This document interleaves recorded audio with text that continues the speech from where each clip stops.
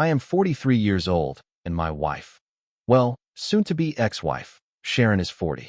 We were married for 16 years and have 2 kids, a strong-willed 14-year-old daughter and a lively 9-year-old son. In the beginning, like most young couples, we had our fair share of bumps in the road, but we believed love would carry us through. And for a while, it did. Sharon works as a high-level executive at a big-time advertising firm, and I've been working steady as an engineer for the past 7 years. We built a good life, solid careers, a nice home, and plenty of memories made through camping trips, family weekends, and dinners where the phone stayed off the table. I always thought of myself as a decent husband and a present dad, even if I didn't always get things exactly right. What I didn't see coming was the gut punch, the discovery that Sharon had been cheating on me for years. And the worst part? She was having an affair with her boss. Over the last couple of years, her attitude toward me went cold.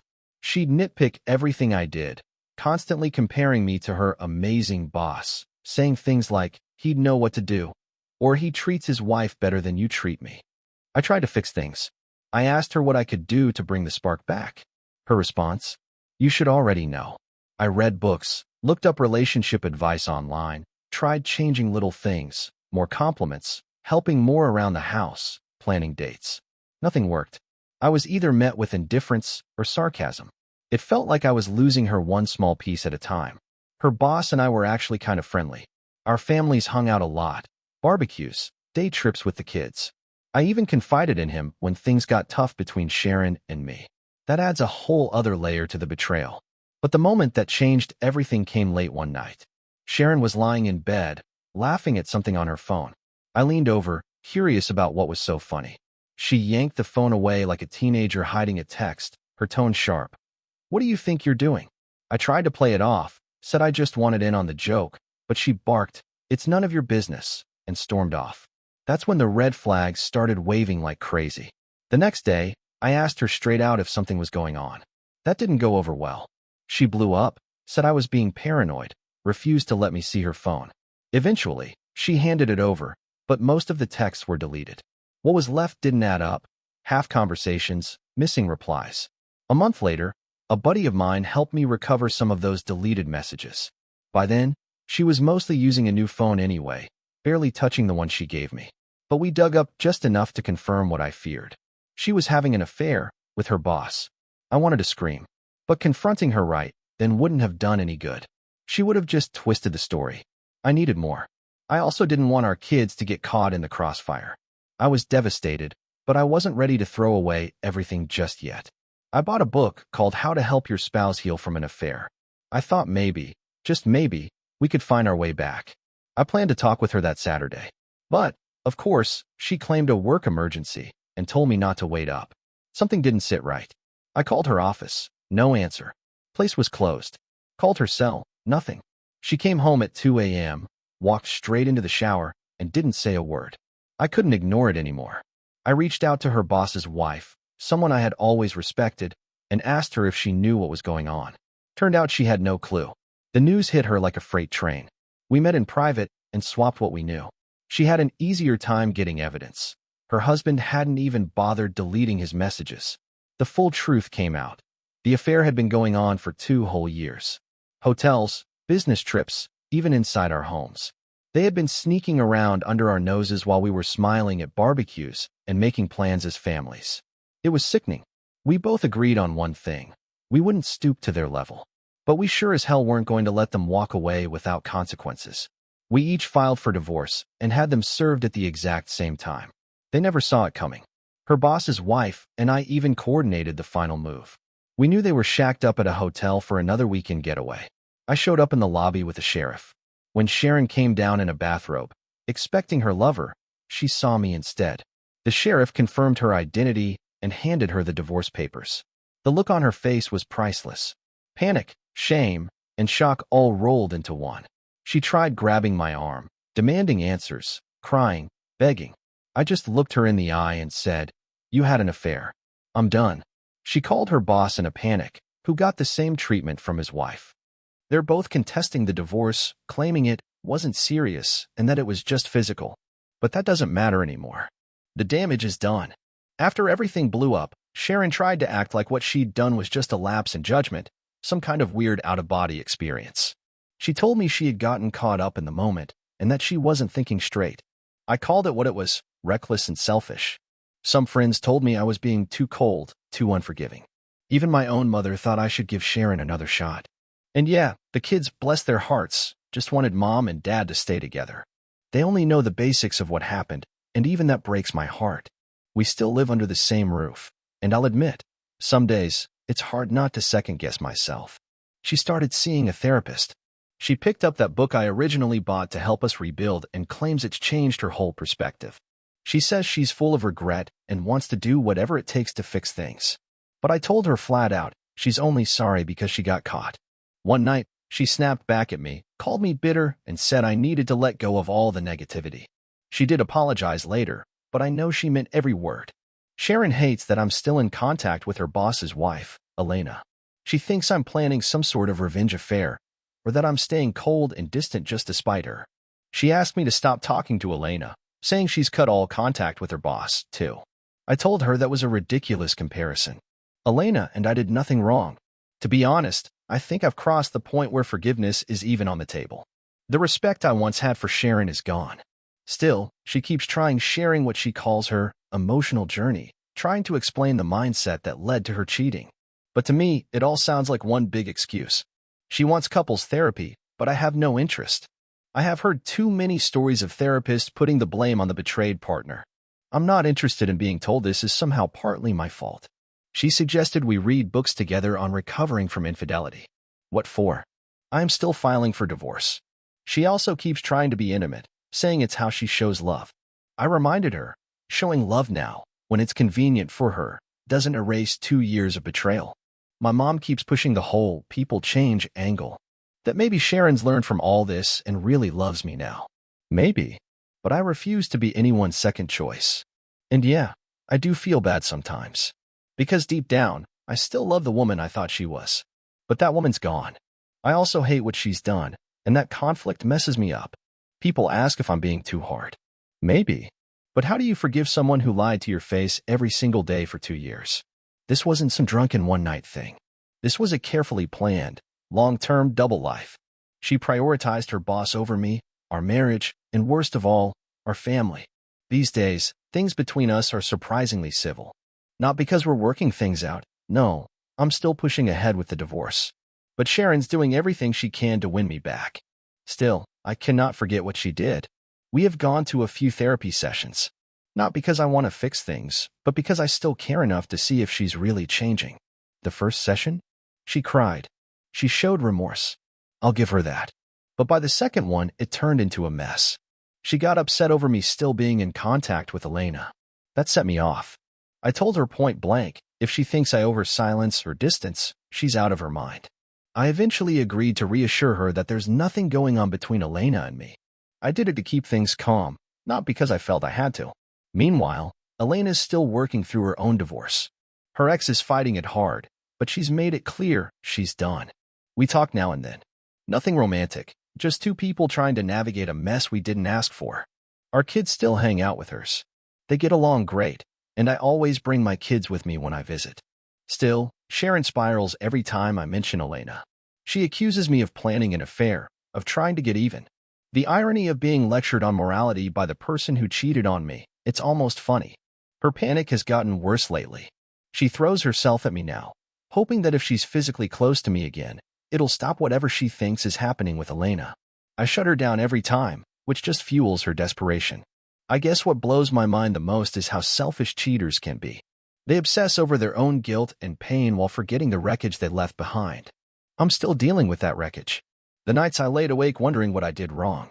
The days I felt worthless in my own home. Sharon left her job after the fallout. Says she cut ties completely and now works elsewhere. She's even been reading online forums on how to save a marriage after an affair. And yeah, watching her try so hard now, it does show me she's human. She is not a monster. She's a flawed person who made awful decisions. She's apologized for everything. Offered to sign post-nuptial agreements. Promised transparency for life. But for me, this divorce is more than a legal split. It's justice. It's the one way I can walk away with my dignity. After sharing more of the truth with my mom, Even she backed off pushing for reconciliation. Now she's furious at Sharon. Family dinners are awkward, to say the least. As the divorce date gets closer, Sharon gets more emotional. Her apologies have become daily routines, but they do nothing for me anymore. And yeah, she is scared to death I'll end up with Elena. Elena's younger, gorgeous, owns a successful business, and Sharon knows it. I don't blame her for being insecure. But the truth is, I am not planning some revenge. I am just trying to get my life back. So here we are. The countdown to freedom continues. And the one thing that finally gave me peace? Realizing that no, I didn't waste all these years. I look at my kids, and I see my purpose. They were the good that came out of all this. Looking back at everything Sharon and I shared, I won't lie, some of those memories are still beautiful. I'll always hold on to those. But holding on to good memories doesn't mean ignoring the truth. I deserve better than what she gave me. People have been giving me advice lately, some good, some frustrating. But one thing is clear now. She gave another man what she never gave me. The attention, the excitement, the passion. Things I used to hope for in our marriage, she handed over to him like it was nothing. And now, after she's wrecked our trust, she suddenly has all this energy to make it right. She's throwing herself into trying to please me, in ways she never did before. Especially in the bedroom, where things were always okay, but never amazing. Now she's full of ideas and affection, and I can't help but think, where was all this before? Seeing those messages between her and him, seeing what she was willing to do for him, showed me just how much she was holding back with me. These days, she's overly respectful, constantly encouraging, and tries to treat me like I'm the center of her world. She's brutally honest now, even when it hurts. She's transparent about everything, even stuff she used to keep to herself. And you can see the shame all over her face. It's there in every glance, every word. I almost feel bad sometimes.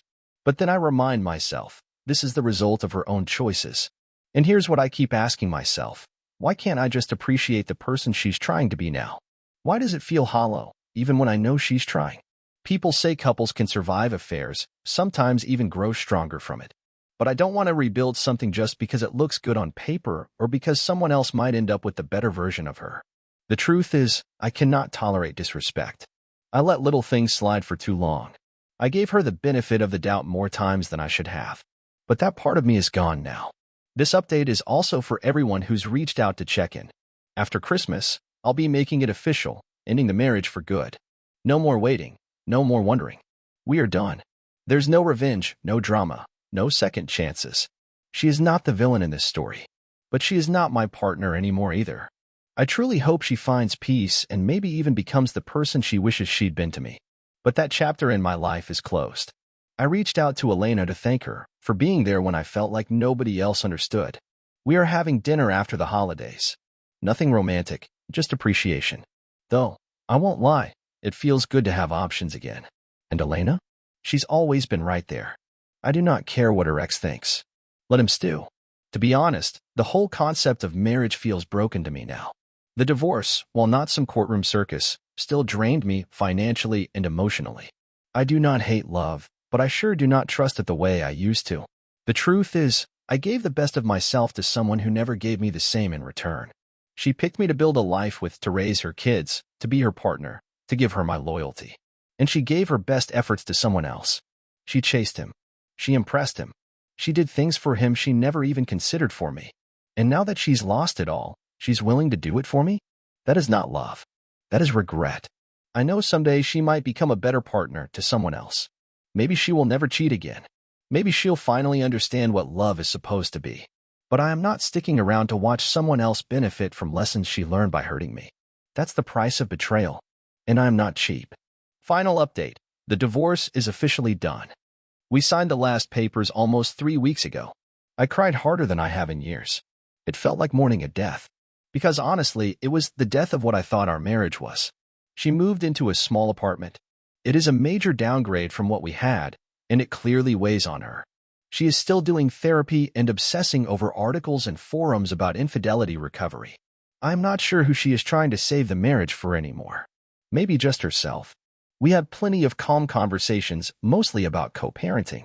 I will always be civil for the sake of our kids. But that's as far as I'll go. She keeps hoping for reconciliation, but I am not risking my heart again.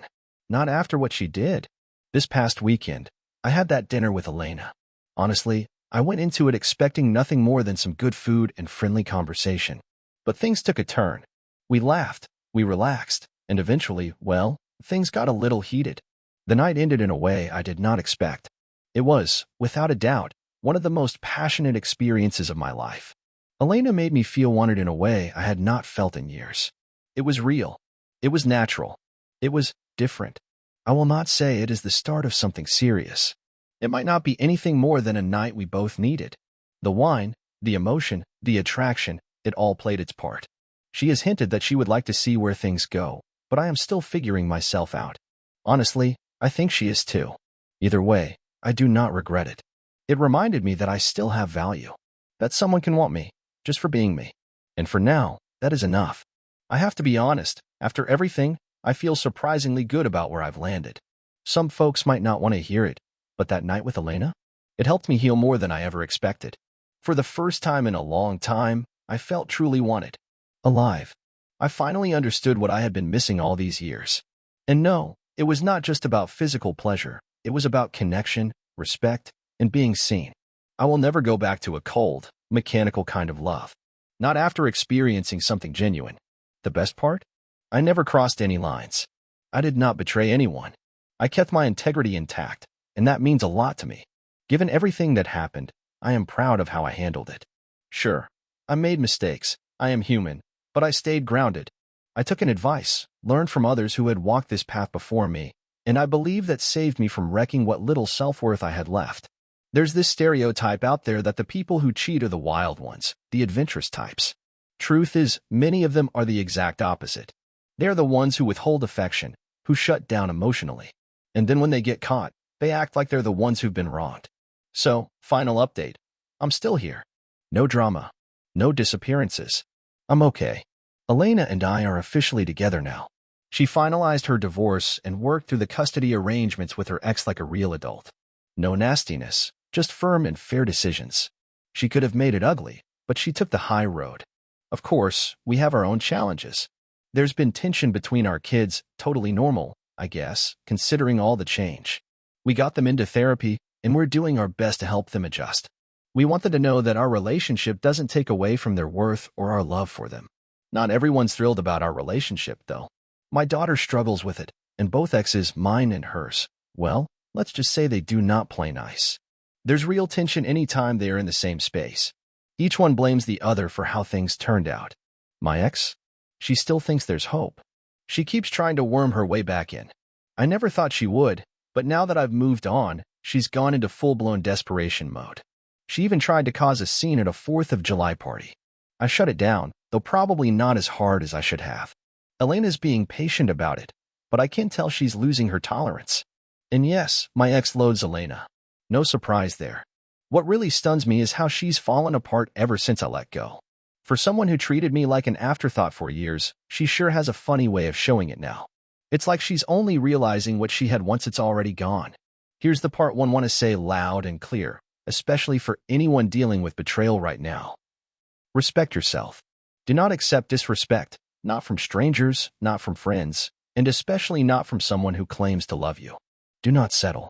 If your partner gave their best effort to someone else, but only gave you the bare minimum, walk away. You deserve more. I'm not saying push people past their comfort zone or ignore consent. That's not it. I am saying be honest. Speak your needs. And if they are not met, do not just suffer in silence. That is not love. That is slow heartbreak. I wish I had learned this sooner. I wish I had stood up for myself years ago. But I know now, healing comes from within. No one else can do it for you. It took time, pain, and some hard truths, but I finally got there. And I'm not going back.